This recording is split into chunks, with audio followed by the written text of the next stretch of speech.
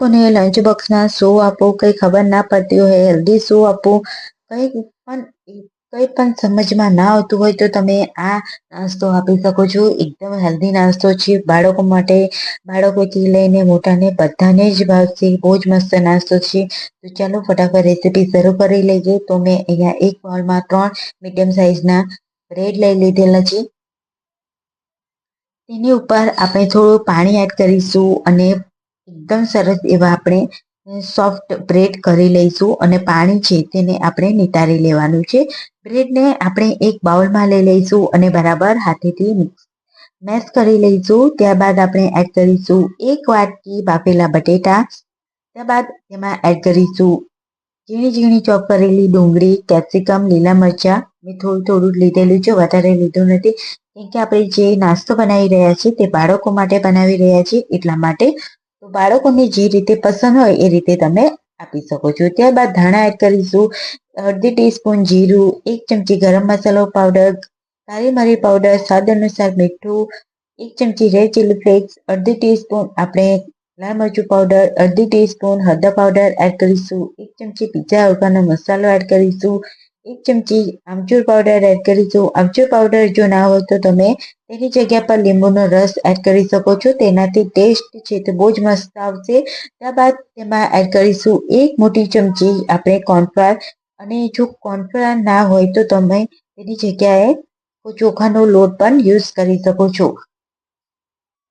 હવે આપણે બરાબર એક વખત મિક્સ કરી લેવાનું છે અને હાથને તેલવાળા ગ્રીસ કરી લઈશું. અહીંયા મેં ચીઝ લઈ લીધેલું છે, તો અહીંયા મેં ચીઝ છે તે મોઝરેલા ચીઝ લીધેલું છે. તમારી પાસે કોઈ પણ ચીઝ હોય તે તમે યુઝ કરી શકો છો. ત્યારબાદ આપણે થોડું પોષણ લઈ અને થોડું ચીઝ તેમાં એડ કરીશું અને થોડું ઉપરથી પણ આપણે થોડું પોષણ લગાવી લઈશું અને એકદમ સરસ એવા બોલ્સ તૈયાર કરીશું. તો તમે જોઈ શકો છો એકદમ સરસ એવા બોલ્સ બનીને તૈયાર થાય છે.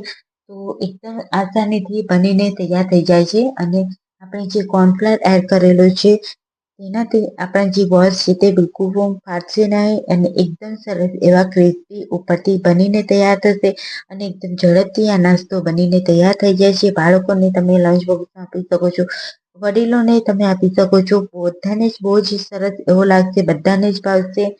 તો અહીંયા મેં બધા જ બોલ્સ આ રીતે તૈયાર કરી લીધેલા છે. તમે જોઈ શકો છો એકદમ સરસ એવા મેં નાની મોટી સાઇઝમાં બંને સાઇઝમાં બનાવીને તૈયાર કરેલા છે.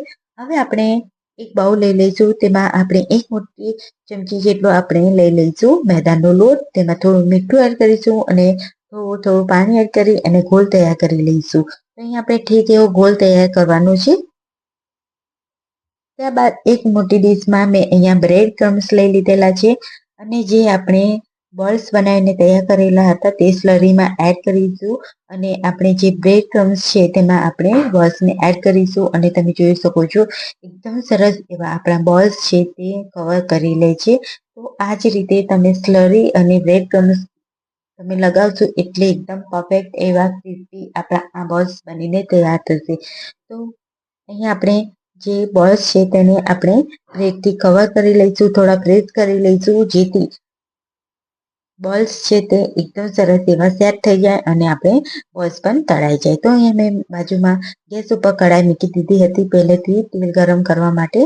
તો તેલ ગરમ એકદમ સરસ એવું થાય એટલે પછી આપણે બોલ્સ જે તૈયાર કરેલા હતા તે એડ કરી દઈશું અને તેને મીડિયમ ટુ હાઈ ફ્લેમ પર તળી લેવાના છે અને એકદમ સરસ એવા ગોલ્ડન બ્રાઉન થાય એટલે આપણે તેને પ્લેટમાં કાઢી લેવાના છે.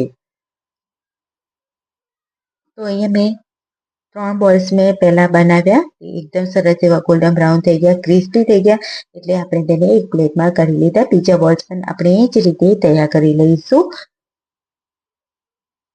તો છે ને એકદમ ઇઝી અને એકદમ ફટાફટ બની જતા.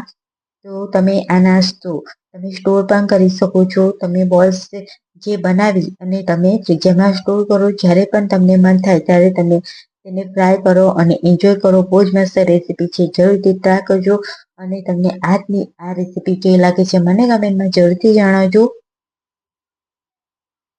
તો હું તમને તોડીને પણ બતાવી દઉં તો એકદમ ચીઝી આપણા આ ચીઝ બોલ્સ તૈયાર થઈ ગયા છે. તો ફ્રેન્ડ્સ તમને કેવી લાગે છે આજની રેસીપી જરૂરથી કમેન્ટ કરજો.